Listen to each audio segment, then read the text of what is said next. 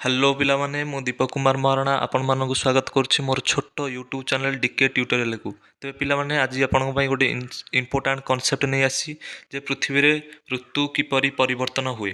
ତେବେ ତା ଜାଣିବା ପୂର୍ବରୁ ଆପଣମାନଙ୍କୁ ଗୋଟେ କଥା କହିଦେବି ଯେ ନା, ଆପଣମାନେ ସମସ୍ତେ ଭାବୁଥିବେ ଯେ ଯେତେବେଳେ ପୃଥିବୀ ସୂର୍ଯ୍ୟଙ୍କ ପାଖାପାଖି ରହିଥାଏ ସେତେବେଳେ ପୃଥିବୀରେ ଗ୍ରୀଷ୍ମ ଋତୁ ହୋଇଥାଏ ଏବଂ ଯେତେବେଳେ ଦୂରକୁ ଯାଇଥାଏ ସେତେବେଳେ ପୃଥିବୀରେ ଶୀତ ଋତୁ ହୋଇଥାଏ, କିନ୍ତୁ ଏହା ଆପଣ ଭାବିବାଟା ଭୁଲ। ତେବେ ଚାଲ ଦେଖିବା ପିଲାମାନେ, ପୃଥିବୀରେ ଋତୁ ପରିବର୍ତ୍ତନ କିପରି ହେଉଛି। ନା, ପୃଥିବୀ ସୂର୍ଯ୍ୟଙ୍କ ଚାରିପଟେ ସର୍ବଦା ବୁଲୁଛି, ଏହା ଆପଣମାନେ ଜାଣିଥିବେ, କିନ୍ତୁ ଏହା ସର୍କୁଲାର ପଥ ବା ବୃତ୍ତକୀୟ ପଥରେ ନ ବୁଲି ଏହା ଗୋଟେ ଇଲିପ୍ଟିକାଲ ପଥରେ ବୁଲୁଛି, ଯାହାକୁ ଅଣ୍ଡାକୃତୀୟ ପଥ କୁହାଯାଏ ମଧ୍ୟ।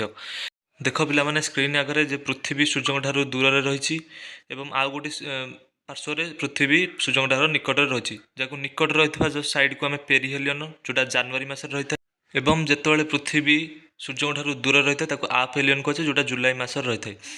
ତେବେ ପୃଥିବୀର ନିକଟବର୍ତ୍ତୀ ପାର୍ଶ୍ୱ ଏବଂ ଦୂରବର୍ତ୍ତୀ ପାର୍ଶ୍ୱ ମଧ୍ୟରେ ଦେଖିପାରୁଥିବେ ପାର୍ଥକ୍ୟ 3% ରହିଛି। ତେବେ ଦେଖ ପିଲାମାନେ, ନା ଯେତେବେଳେ ଜାନୁଆରୀ ମାସ ହୋଇଥାଏ ପୃଥିବୀ ସେତେବେଳେ ସୂର୍ଯ୍ୟଙ୍କ ପାଖାପାଖି ରହିଥାଏ ଏବଂ ପୃଥିବୀ ଦୂରବର୍ତ୍ତୀ ପାର୍ଶ୍ୱରେ ରହିଥିବା ବେଳେ ସେତେବେଳେ କ'ଣ ହୋଇଥାଏ ନା ଗ୍ରୀଷ୍ମ ଋତୁ ହୋଇଥାଏ। ଯେତେବେଳେ ପିଲାମାନେ, ନା ପୃଥିବୀ ନିଜ ଅକ୍ଷ ଚାରିପଟେ ସତ ବୁଲେ, କିନ୍ତୁ ସେଇଟା 23.4 ଡିଗ୍ରୀ ଆଙ୍ଗେଲ କରିକି ବୁଲିଥାଏ, ଯାହାଫଳରେ କି ଋତୁ ପରିବର୍ତ୍ତନର ମୁଖ୍ୟ କାରଣ ପାଲଟି ଯାଇଥାଏ। ତେବେ ଦେଖିବା ପିଲାମାନେ, ଏହା କିପରି ସମ୍ଭବ ହେଉଛି। ଦେଖ ପିଲାମାନେ, ତୁମ ସ୍କ୍ରିନ୍ ଆଗରେ ପୃଥିବୀ ନିଜ ଅକ୍ଷ ଚାରିପଟେ ଏବଂ ସୂର୍ଯ୍ୟଙ୍କର କକ୍ଷ ଚାରିପଟେ ଅଣ୍ଡା ଆକୃତିୟ ପଥରେ ବୁଲୁଛି।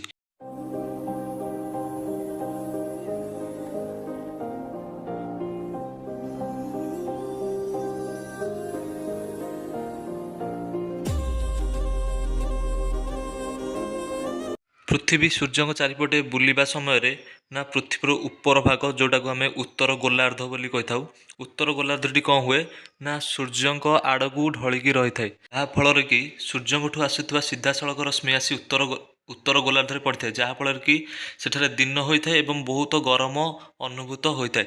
ସେହିପରି ଭାବେ ଦକ୍ଷିଣ ଗୋଲାର୍ଦ୍ଧ ଦେଖିବାକୁ ଗଲେ ସୂର୍ଯ୍ୟଙ୍କର ତୀର୍ଯ୍ୟକ କିରଣ ପଡ଼ୁଥିବା ହେତୁ ସେଠାରେ କିଛି ଥଣ୍ଡା ଅନୁଭୂତ ହୁଏ ଏବଂ ଯାହାଫଳରେ କି ଦକ୍ଷିଣ ଗୋଲାର୍ଦ୍ଧରେ ଶୀତ ଅନୁଭୂତ ହୁଏ।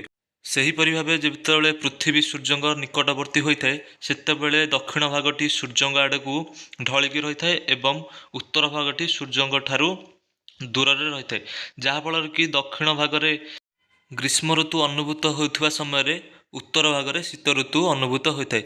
ତେବେ ପିଲାମାନେ, ଆଜିର ଟପିକକୁ ଏତିକି ରଖିବା। ଯଦି ଭିଡ଼ିଓଟି ଭଲ ଲାଗୁଥିବ ତେବେ ଲାଇକ୍ କର, କମେଣ୍ଟ କର, ସେୟାର କର। ଆଗାମୀ ଭିଡ଼ିଓରେ ଆପଣଙ୍କ ପାଇଁ କିଛି ନୂଆ କରିବାକୁ ଚେଷ୍ଟା କରିବୁ। ରହୁଛୁ, ନମସ୍କାର।